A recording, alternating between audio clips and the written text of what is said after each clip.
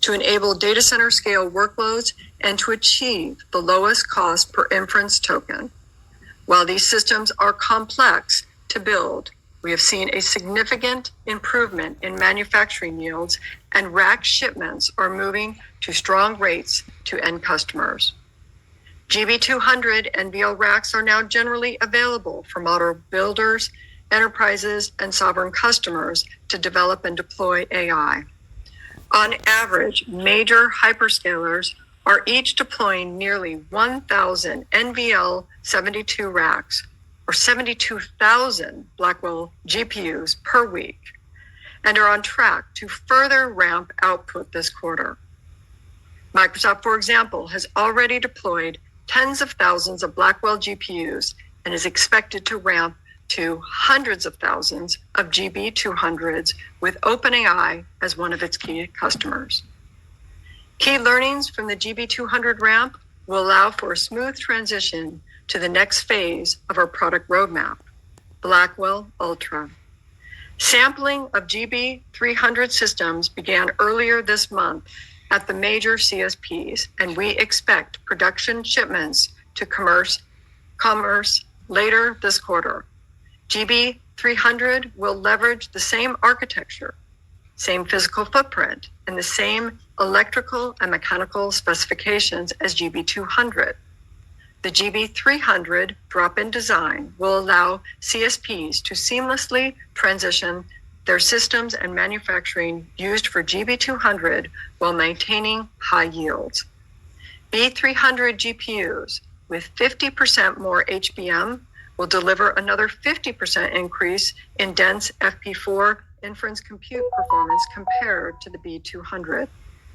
We remain committed to our annual product cadence, with our roadmap extending through 2028, tightly aligned with the multiple year planning cycles of our customers. We are witnessing a sharp jump in inference demand. OpenAI, Microsoft, and Google are seeing a step function leap in token generation.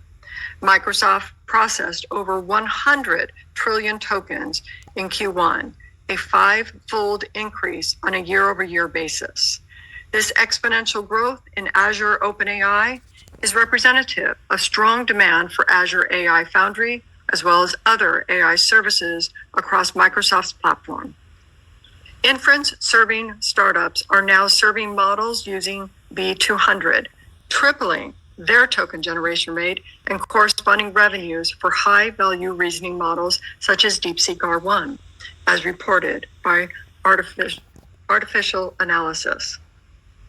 NVIDIA Dynamo on Blackwell NVL72 turbocharges AI inference throughput by 30x for the new reasoning models sweeping the industry. Developer engagements increased, with adoption ranging from LLM providers such as Perplexity to financial services institutions such as Capital One, who reduced agentic chatbot latency by 5x with Dynamo. In the latest MLPerf inference results, we submitted our first results using GB200 NVL72, delivering up to 30x higher inference throughput compared to our 8 GPU H200 submission on the challenging Llama 3.1 benchmark. This feat was achieved through a combination of tripling the performance per GPU as well as 9x more GPUs, all connected on a single NVLink domain. And while Blackwell is still early in its life cycle, software optimizations have already improved its performance by 1.5x in the last month alone. We expect to continue improving the performance of Blackwell through its operational life, as we have done with Hopper and Ampere. For example, we increased the inference performance of Hopper by 4 times over 2 years. This is the benefit of NVIDIA's programmable CUDA architecture and rich ecosystem. The pace and scale of AI factory deployments are accelerating, with nearly 100 NVIDIA-powered AI factories in flight this quarter, a 2-fold increase year over year, with the average number of GPUs powering each factory also doubling in the same period. And more AI factory projects are starting across industries and geographies. NVIDIA's full stack architecture is underpinning AI factory deployments as industry leaders like AT&T, BYD, Capital One, Foxconn, MediaTek, and Telenor are strategically vital sovereign clouds like those recently announced in Saudi Arabia, Taiwan, and the UAE. We have a line of sight to projects requiring tens of gigawatts of NVIDIA AI infrastructure in the not too distant future. The transition from generative to agentic AI capable of perceiving, reasoning, planning, and acting, will transform every industry, every company, and country. We envision AI agents as a new digital workforce capable of handling tasks ranging from customer service to complex decision-making processes. We introduced the Llama Nemotron family of open reasoning models designed to supercharge agentic AI platforms for enterprises. Built on the Llama architecture, these models are available as NIMs or NVIDIA inference microservices with multiple sizes to meet diverse deployment needs. Our post-training enhancements have yielded a 20% accuracy boost and a 5x increase in inference speed. Leading platform companies, including Accenture, Cadence, Deloitte, and Microsoft, are transforming work with our reasoning models. NVIDIA NeMo microservices are generally available across industries and are being leveraged by leading enterprises to build, optimize, and scale AI applications. With NeMo, Cisco increased model accuracy by 40% and improved response time by 10x in its code assistant. NASDAQ realized a 30% improvement in accuracy and response time in its AI platform's search capabilities. And Shell's custom LLM achieved a 30% increase in accuracy when trained with NVIDIA NeMo. NeMo's parallelism techniques accelerated model training time by 20% when compared to other frameworks. We also announced a partnership with Yum Brands, the world's largest restaurant company, to bring NVIDIA AI to 500 of its restaurants this year and expanding to 61,000 restaurants over time to streamline order taking, optimize operations, and enhance service across its restaurants. For AI-powered cybersecurity, leading companies like Checkpoint, CloudStrike, and Palo Alto Networks are using NVIDIA's AI security and software stack to build, optimize, and secure agentic workflows, with CloudStrike realizing 2x faster detection triage with 50% less compute cost. Moving to networking, sequential growth in networking resumed in Q1 with revenue up 64% quarter over quarter to $5 billion. Our customers continue to leverage our platform to efficiently scale up and scale out AI factory workloads. We created the world's fastest switch, NVLink.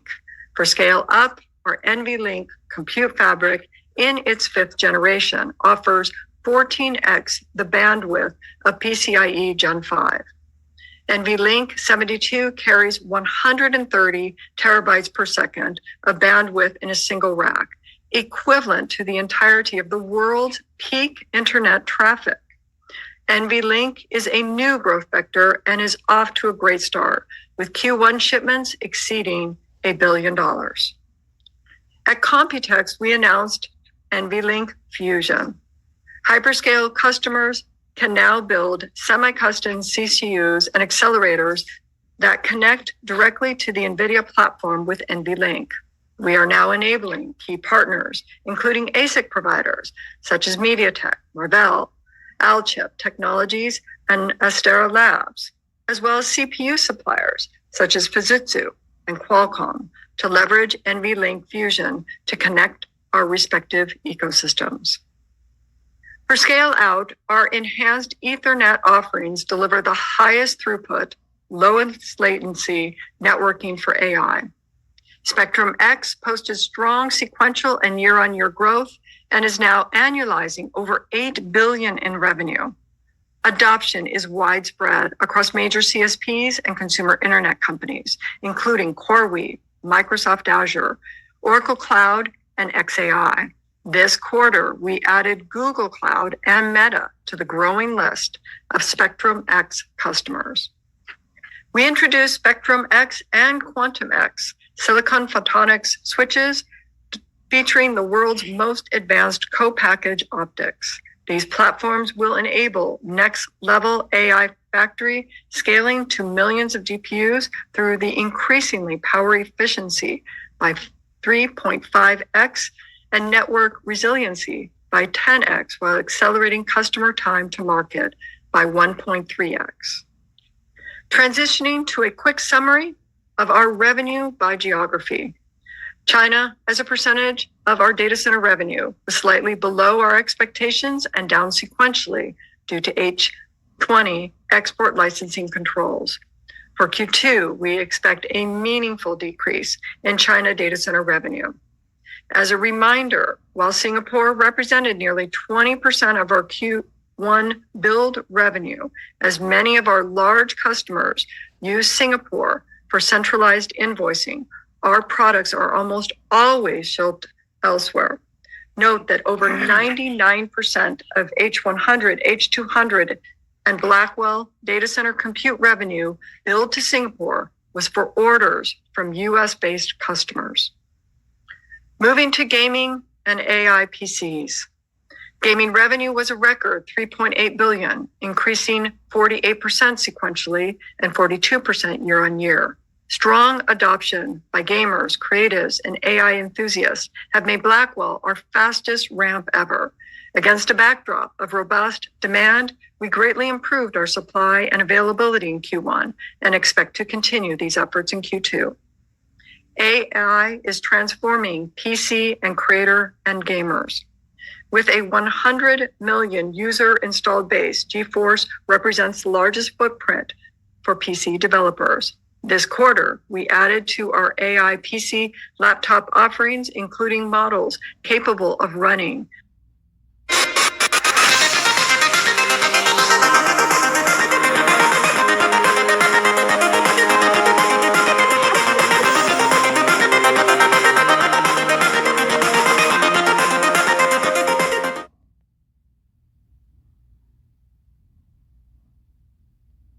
So apparently I'm not 23 years old, I'm 13. I got my blood tested and got a few of my results back from Function Health. Apparently my biological age is 10 years younger than I actually am. Didn't know that was possible, but I'll take it. Function tests over 100 biomarkers, and though I haven't gotten all of my results back, it does state that I am pretty healthy. One thing to note is that my leptin levels were below range. They even told me what foods to add and what foods to avoid. I've already started adjusting my meals, and honestly I feel a lot more energized and a little less snacky at night. One thing I've always wanted to check is my cortisol levels, and they're actually really good. I was shocked. So if you ever wondered how your body is performing, what's going on, I can't recommend Function enough.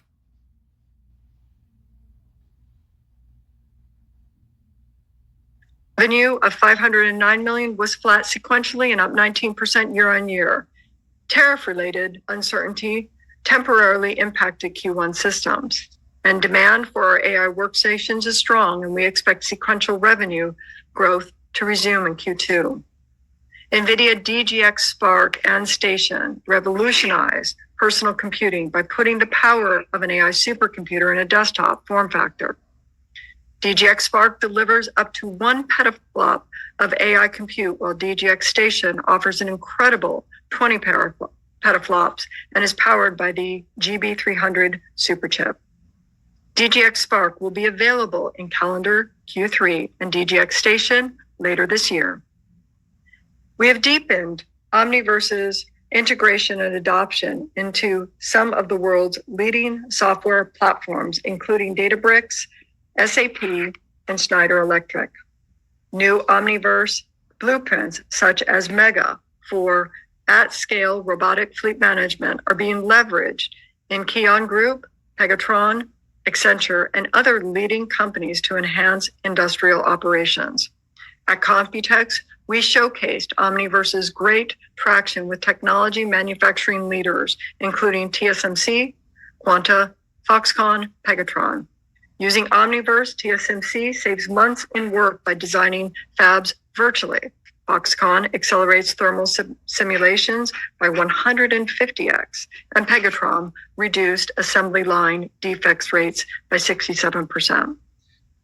Lastly, with our automotive group, revenue was $567 million, down 1% sequentially, but up 72% year on year. Year on year growth was driven by the ramp of self-driving across a number of customers and robust end demand for NEVs. We are partnering with GM to build the next gen vehicles, factories, and robots using NVDA AI, simulation, and accelerated computing. And we are now in production with our full stack solution for Mercedes-Benz, starting with the new CLA, hitting roads in the next few months. We announced Isaac, Groot, and won the world's first open, fully customizable foundation model for humanoid robots, enabling generalized reasoning and skill development. We also launched new open NVIDIA Cosmo World Foundation models. Leading companies include 1X, Agility Robotics, Figure AI, Uber, and Wabi. We've begun integrating Cosmos into their operations for synthetic data generation, while Agility Robotics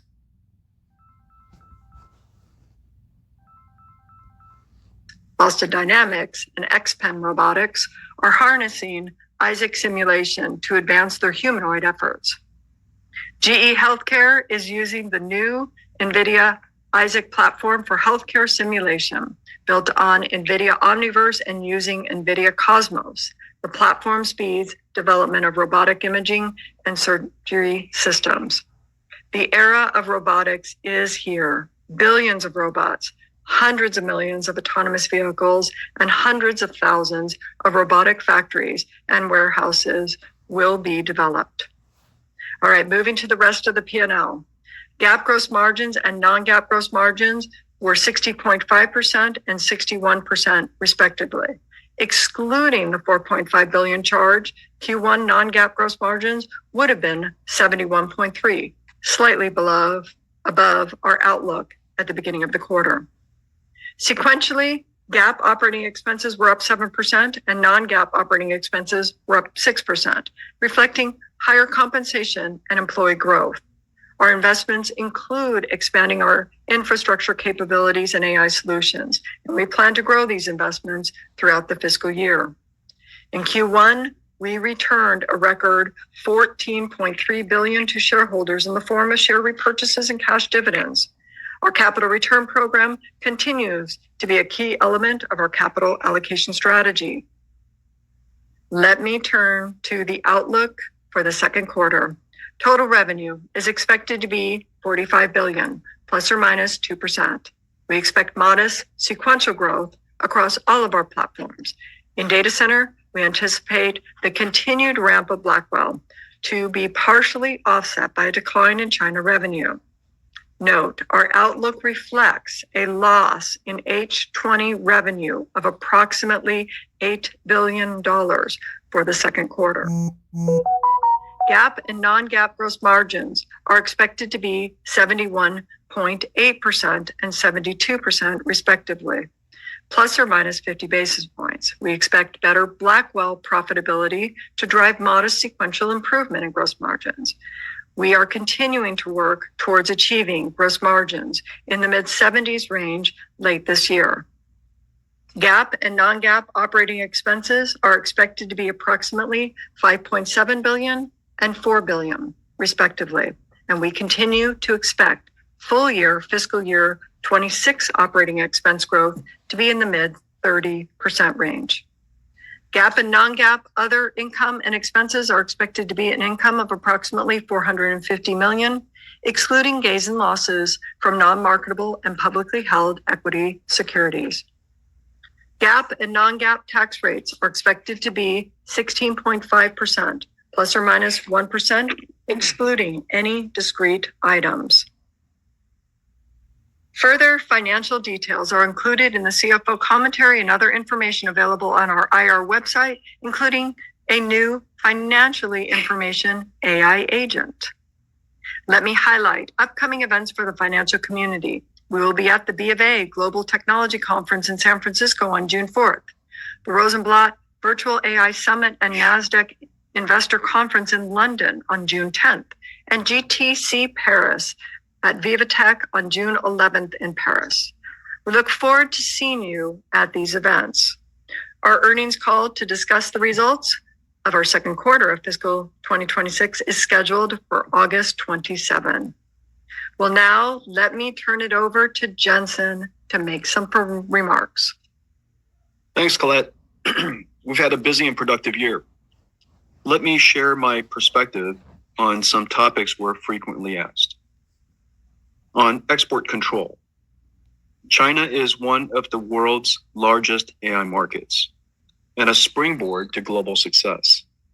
With half of the world's AI researchers based there, the platform that wins China is positioned to lead globally. Today, however, the $50 billion China market is effectively closed to U.S. industry. The H-20 export ban ended our Hopper data center business in China. We cannot reduce Hopper further to comply. As a result, we are taking a multi-billion-dollar write-off on inventory that cannot be sold or repurposed. We are exploring limited ways to compete, but Hopper is no longer an option. China's AI moves on with or without U.S. chips. It has the compute to train and deploy advanced models. The question is not whether China will have AI. It already does. The question is whether one of the world's largest AI markets will run on American platforms. Shielding Chinese chip makers from U.S. competition only strengthens them abroad and weakens America's position. Export restrictions have spurred China's innovation and scale. The AI race is not just about chips. It's about which stack the world runs on. As that stack grows to include 6G and quantum, U.S. global infrastructure leadership is at stake. The U.S. has based its policy on the assumption that China cannot make AI chips. That assumption was always questionable, and now it's clearly wrong. China has enormous manufacturing capability. In the end, the platform that wins the AI developers wins AI. Export controls should strengthen U.S. platforms, not drive half of the world's AI talent to rivals. On DeepSeek and QN from China are among the best open source AI models. Released freely, they've gained traction across the US, Europe, and beyond. DeepSeek R1, like ChatGPT, introduced reasoning AI that produces better answers the longer it thinks. Reasoning AI enables step-by-step problem solving, planning, and tool use, turning models into intelligent agents.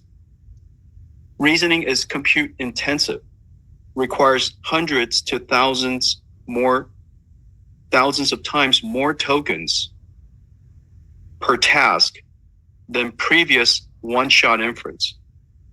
Reasoning models are driving a step function surge in inference demand. AI scaling laws remain firmly intact, not only for training, but now inference too requires massive scale compute. DeepSeek also underscores the strategic value of open source AI. When popular models are trained and optimized on US platforms, it drives usage, feedback, and continuous improvement, reinforcing American leadership across the stack. US platforms must remain the preferred platform for open source AI. That means supporting collaboration with top developers globally, including in China. America wins when models like DeepSeek and QN runs best on American infrastructure. Regarding onshore manufacturing, President Trump has outlined a bold vision to reshore advanced manufacturing, create jobs, and strengthen national security. Future plants will be highly computerized in robotics. We share this vision. TSMC is building 6 fabs and 2 advanced packaging plants in Arizona to make chips for NVIDIA. Process qualification is underway, with volume production expected by year-end. SPIL and Amkor are also investing in Arizona, constructing packaging, assembly, and test facilities. In Houston, we're partnering with Foxconn to construct a 1 million square foot factory to build AI supercomputers. Wistron is building a similar plant in Fort Worth, Texas. To encourage and support these investments, we've made substantial long-term purchase commitments, a deep investment in America's AI manufacturing future. Our goal, from chip to supercomputer, built in America within a year. Each GB200 NVLink 72 racks contains 1.2 million components and weighs nearly 2 tons. No one has produced supercomputers on this scale. Our partners are doing an extraordinary job.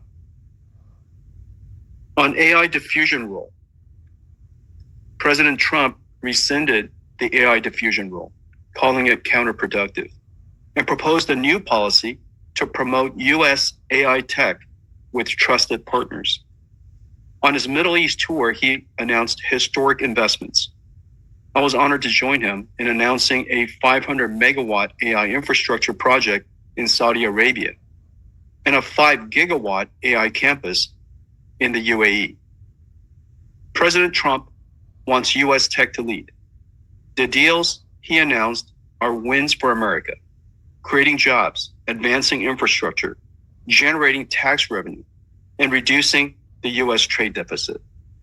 The U.S. will always be NVIDIA's largest market and home to the largest installed base of our infrastructure. Every nation now sees AI as core to the next industrial revolution, a new industry that produces intelligence and essential infrastructure for every economy. Countries are racing to build national AI platforms to elevate their digital capabilities. At Computex, we announced Taiwan's first AI factory in partnership with Foxconn and the Taiwan government. Last week, I was in Sweden to launch its first national AI infrastructure. Japan, Korea, India, Canada, France, the UK, Germany, Italy, Spain, and more are now building national AI factories to empower startups, industries, and societies.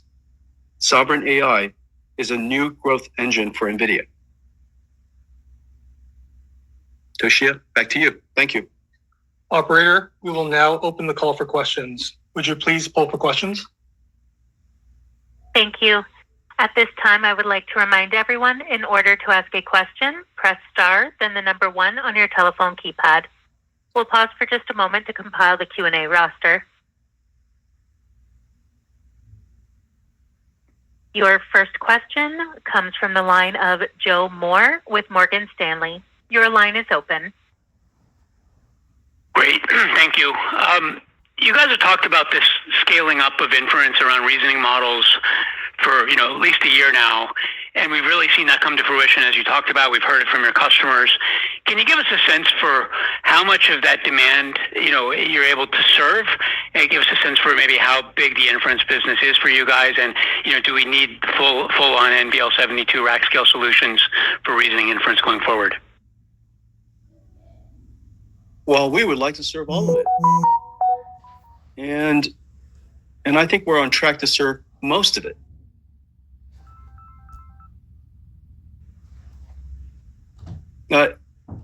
Grace Blackwell NVLink 72 is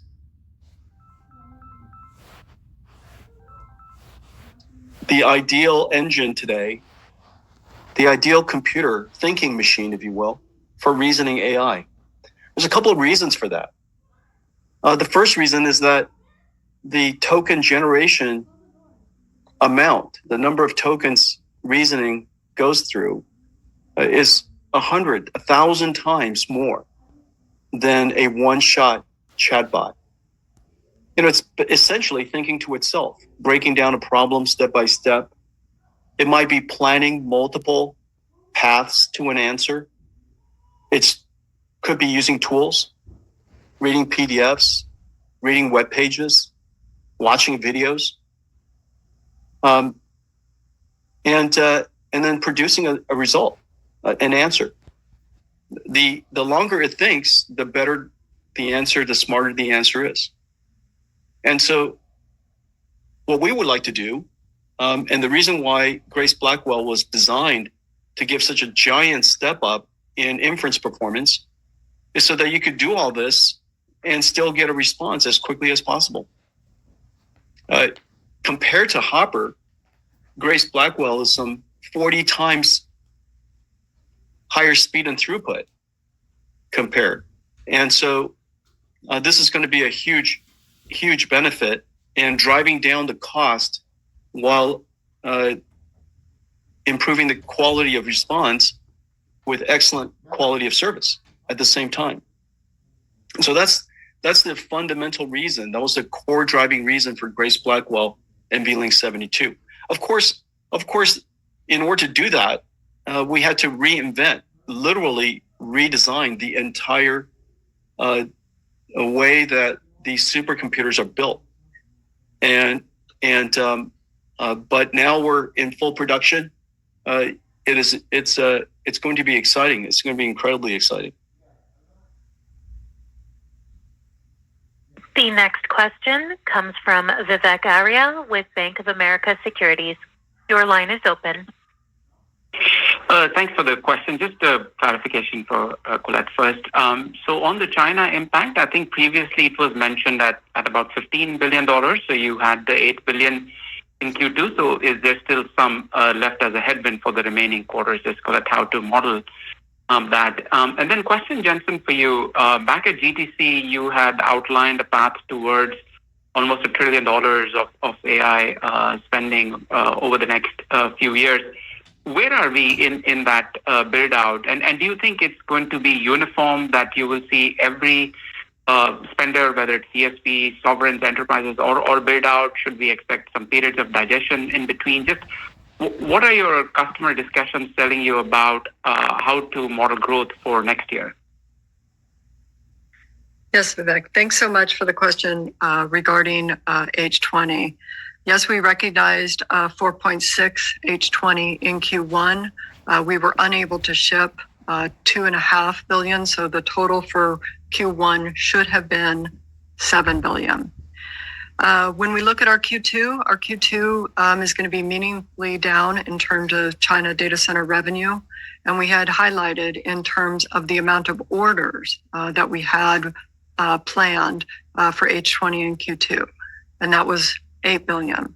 Now, going forward, we did have other orders going forward that we will not be able to fulfill. That is what was incorporated, therefore, in the amount that we wrote down of the $4.5 billion. That write down was about inventory and purchase commitments. And our purchase commitments were about what we expected regarding the orders that we had received. Going forward, though, it's a bigger issue regarding the amount of the market that we will not be able to serve. We assess that TAM to be close to about 50 billion in the future, as we don't have a product to enable for the China. In fact, the probably the best way to think through it is that AI is several things. Of course, we know that AI is this incredible technology that's going to transform every industry. From, of course, the way we do software to healthcare and financial services to, retail to I guess every industry, transportation, manufacturing, and we're at the beginning of that.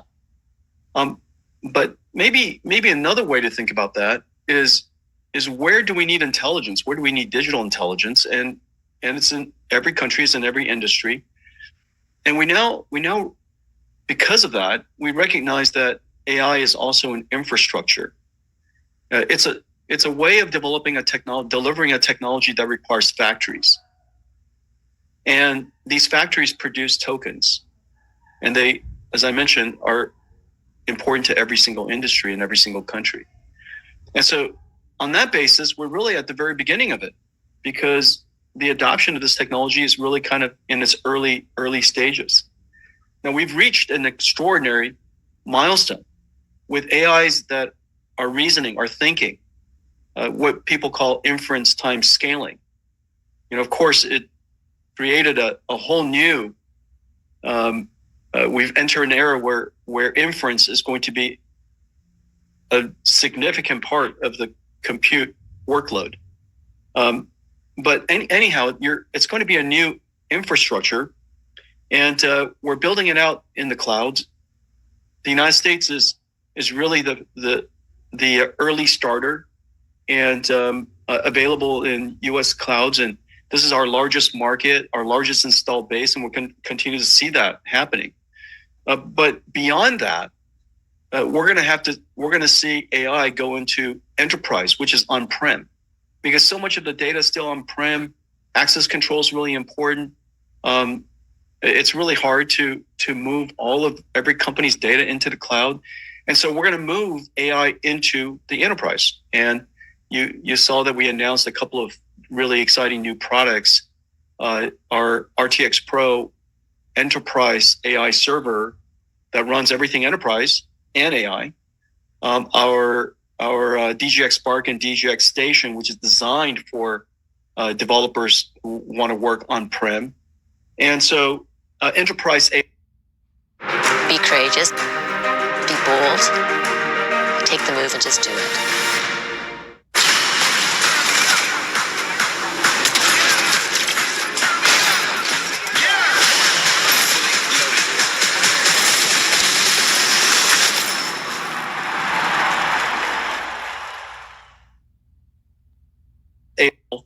But also to power the products and the things that are made by the factories. So it's very clear that every car company will have AI factories, and very soon there'll be robotics companies, robot companies, and those companies will be also building AIs to drive the robots.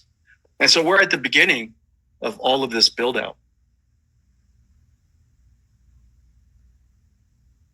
The next question comes from CJ Muse with Cantor Fitzgerald. Your line is open. Yeah, good afternoon. Thank you for taking the question. There have been many large GPU cluster investment announcements in the last month, and you alluded to, a few of them with Saudi Arabia, the UAE, and then also, we heard from Oracle and XAI, just to name a few. So my question, are there other that have yet to be announced of the same kind of scale and magnitude? And perhaps more importantly, how are these orders impacting your lead times for Blackwell and your current visibility sitting here today, almost halfway through 2025? Well, we have more orders today than we did at the last time I spoke about orders at GTC. However, we're also increasing our supply chain and building out our supply chain. They're doing a fantastic job. We're building it here on shore, United States, but we're going to keep our supply chain quite busy for many more years coming. And with respect to further announcements, I'm going to be on the road next week through Europe, and it's just about every country needs to build out AI infrastructure, and there umpteen AI factories being planned. I think in the remarks, Colette mentioned there's some 100 AI factories being built. There's a whole bunch that haven't been announced, and I think the important concept here, which makes it easier to understand, is that like other technologies that impact literally every single industry, Of course, electricity was one, and it became infrastructure. Of course, the information infrastructure, which we now know as the internet, affects every single industry, every country, every society. Intelligence is surely one of those things. I don't know any company, industry, country who thinks that intelligence is optional. It's essential infrastructure. And so we've now digitalized intelligence.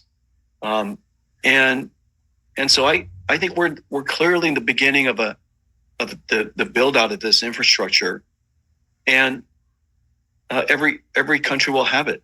I'm certain of that. Every industry will use it. That I'm certain of. And what's unique about this infrastructure is that it needs factories. It's a little bit like the energy infrastructure, electricity. It needs factories. We need factories to produce this intelligence. And the intelligence is getting more sophisticated. We were talking about earlier that we had a huge breakthrough in the last couple of years with reasoning AI, and now there are agents that reason, and there's super agents that use a whole bunch of tools, and then there's clusters of super agents where agents are working with agents, solving problems. And so you could just imagine, compared to one-shot chatbots and the agents that are now using AI built on these large language models, how much more compute intensive they really need to be and are. And so I think we're in the beginning of the build out, and there should be many, many more announcements in the future. Your next question comes from Ben Reitzes with Melius. Your line is open. Yeah, hi. Thanks for the question. I wanted to ask, first to Colette, just a little clarification around the guidance and maybe putting it in a different way. The $8 billion for H20 just seems like, it's roughly $3 billion more than most people thought with regard to what you'd be foregoing in the second quarter. So that would mean that, with regard to your guidance, the rest of the business, in order to hit 45 is doing $2 to $3 billion or so better.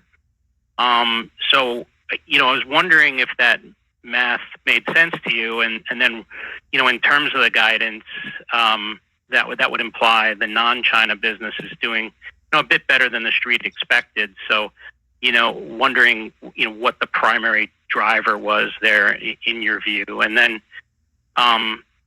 this second part of my question, Jensen, I know you guide one quarter at a time, but with regard to the AI diffusion rule being lifted and this momentum with Sovereign, there's been times in your history where you guys have said on calls like this where you have more conviction in sequential growth throughout the year, et cetera. And given the unleashing of demand with AI diffusion being revoked and the supply chain increasing, does the environment give you more conviction in sequential growth as we go throughout the year? So first one for Colette, and then next one for Jensen. Thanks so much.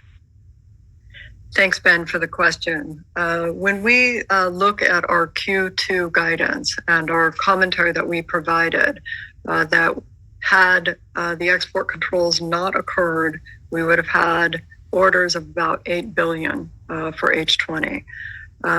That's correct. That was a possibility for what we would have had in our outlook for this quarter in Q2. So what we also have talked about here is the growth that we've seen in Blackwell across many of our customers, as well as the growth that we continue to have in terms of supply that we need for our customers. So putting those together, that's where we came through with the guidance that we provided.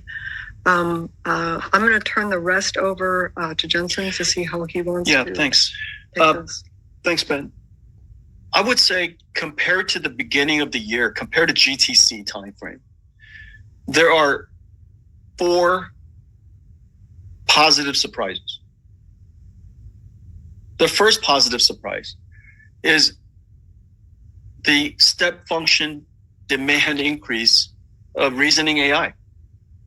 I think it is fairly clear now that AI is going through an exponential growth, and reasoning AI really busted through. Concerns about hallucination or its ability to really solve problems, and I think a lot of people are crossing that barrier and realizing how incredibly effective agentic AI is and reasoning AI is. So number one is inference reasoning, and the exponential growth there, demand growth. The second one, you mentioned AI diffusion. It's really terrific to see that the AI diffusion rule was rescinded.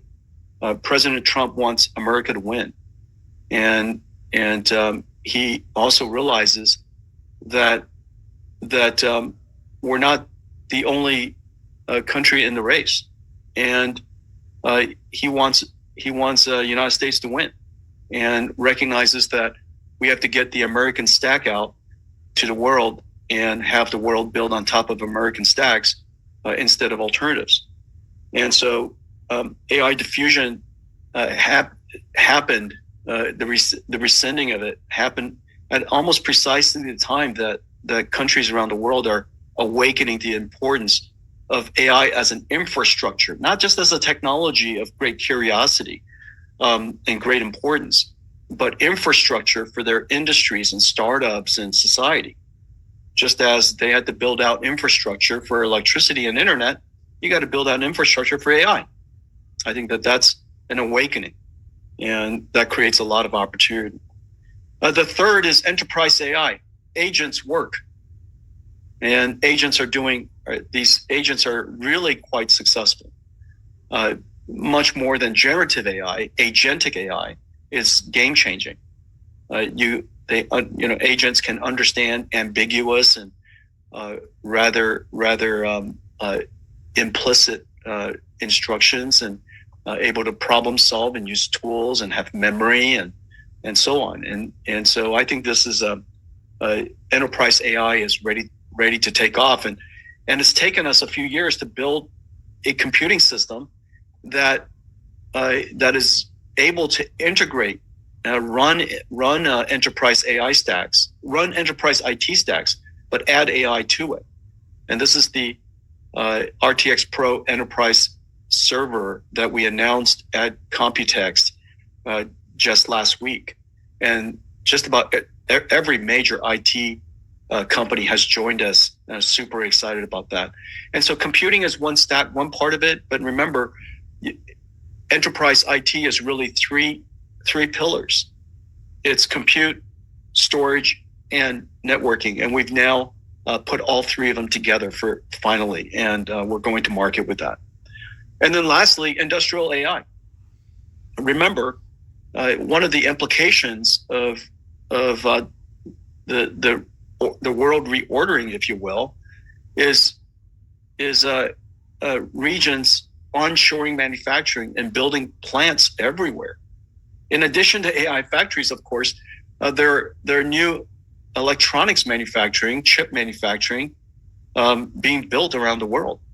And all of these new plants and these new factories are creating exactly the right time when Omniverse and AI and all the work that we're doing with robotics is emerging. And so this fourth pillar is quite important. Every factory will have an AI factory associated with it, and in order to create these physical AI systems, you really have to train a vast amount of data. So back to more data, more training, more AIs to be created, more computers, and so these four drivers are really kicking into turbocharge.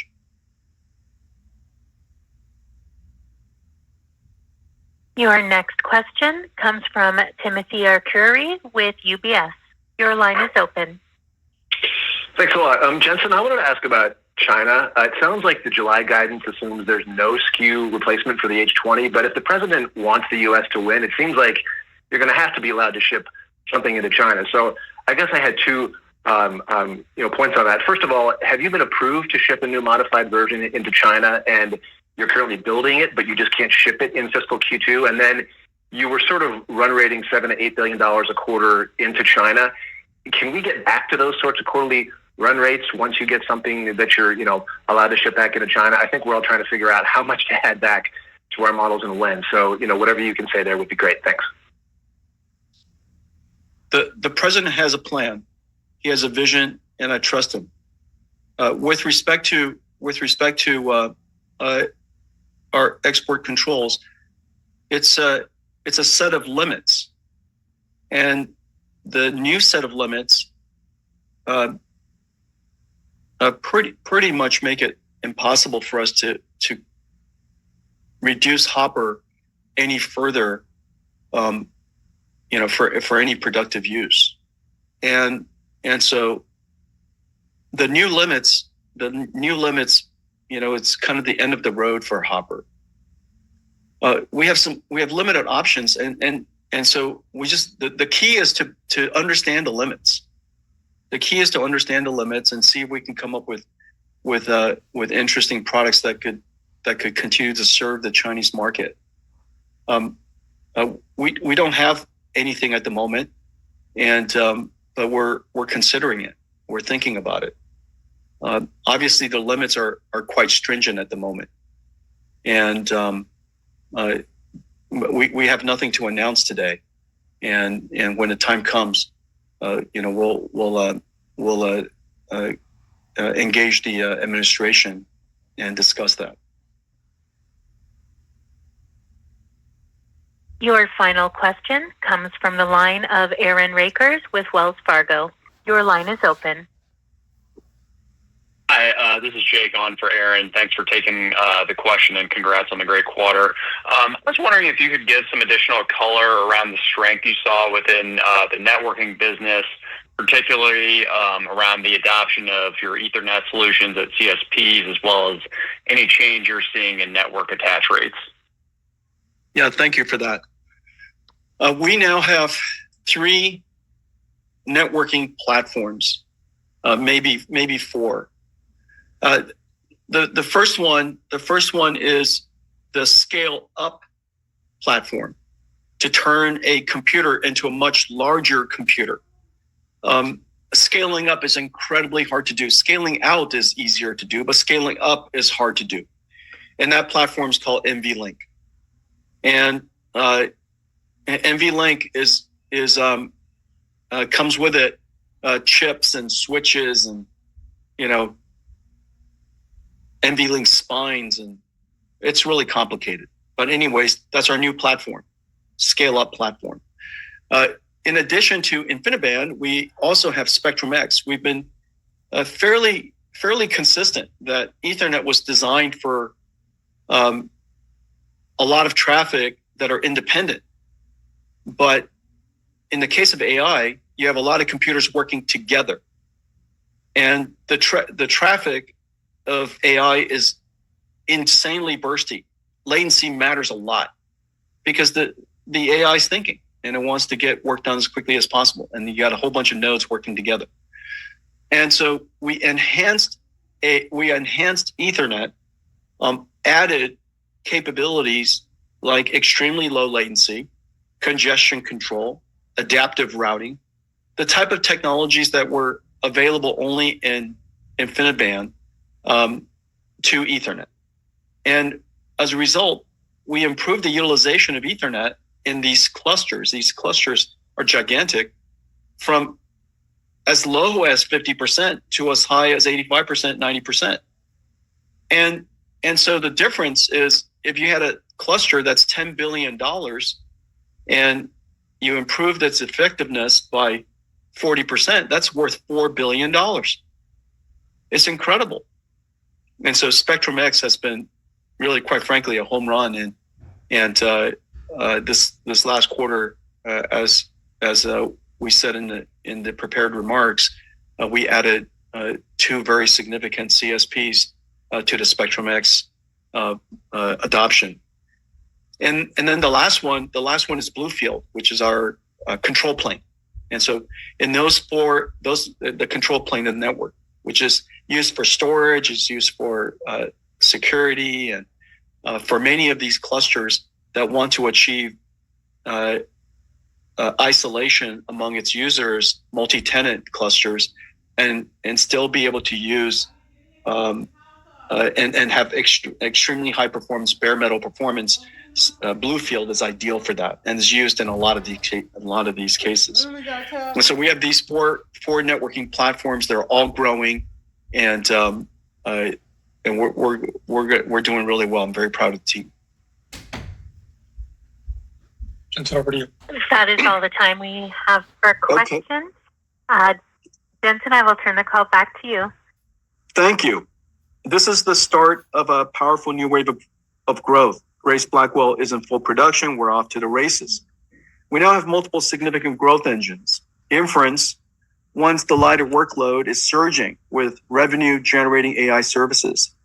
AI is growing faster and will be larger than any platform shifts before, including the internet, mobile, and cloud.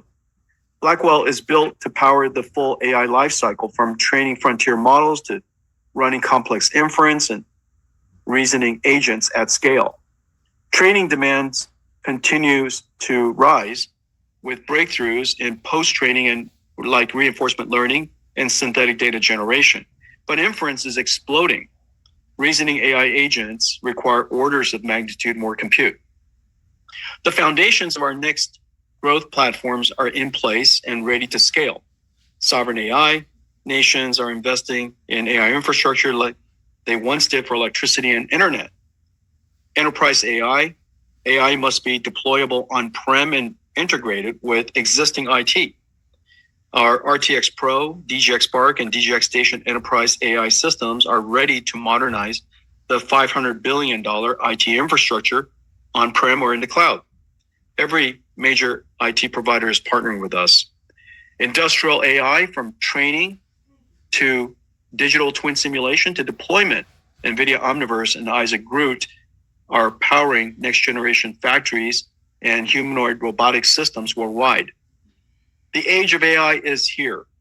From AI infrastructures, inference at scale, sovereign AI, enterprise AI, and industrial AI. NVIDIA is ready.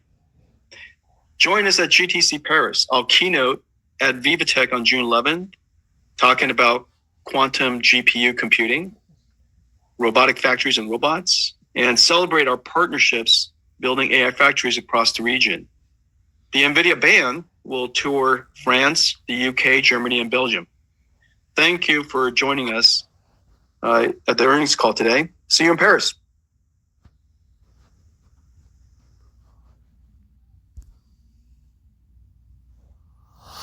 Some really exciting news coming from that call. A few key points to point out are the future of NVIDIA, the